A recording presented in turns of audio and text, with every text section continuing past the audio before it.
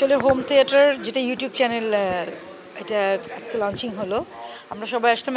একটা জিনিস খুবই ভালো লেগেছে যে গল্পটা ভালো হতে হবে এবং গল্পের প্রয়োজনে যাকে প্রয়োজন তাকে নিয়ে কাজ করা যাবে, মানে ডিরেক্টরের উপরে কোনো পেইন না, মানে একে নিতে হবে একে নিতে হবে। আমার কাছে সবচেয়ে এটাই একটা শান্তি লাগলো যে গল্পের প্রয়োজনে যাকে আমার মনে হবে তাকে নিয়ে কাজটা করা যাবে। এটা একটা সুন্দর ব্যাপার। আর আসলেই তো শর্ট ফিল্মগুলো কোথায় যাবে? কিছুদিন আগে যেমন আমার ছেলে বলছিল শর্ট ফিল্ম বানানো যায় ছোট্ট পরিসরে, 5 মিনিটেরও হয় 20 মিনিটেরও হয়, এটা কোথায় চালাবে? কিছুদিন আগেই আমরা এটা নিয়ে আলাপ করছিলাম।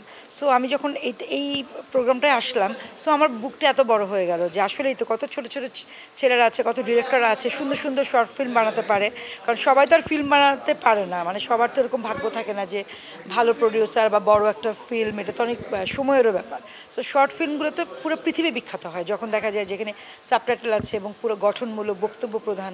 এবং শুধু বক্তব্য প্রধান কেন, এটা হতে পারে রোমান্টিক, হতে পারে সম্পর্কের গল্প, হতে পারে পারিবারিক, এবং যত আমাদের আশেপাশে যে সমস্যাগুলো আছে ওগুলো নিয়েও তো হতে পারে, যে কোনো কিছুই হতে পারে। সো এটা খুবই একটা ভালো উদ্যোগ এবং এটাকে অবশ্যই অভিনন্দন।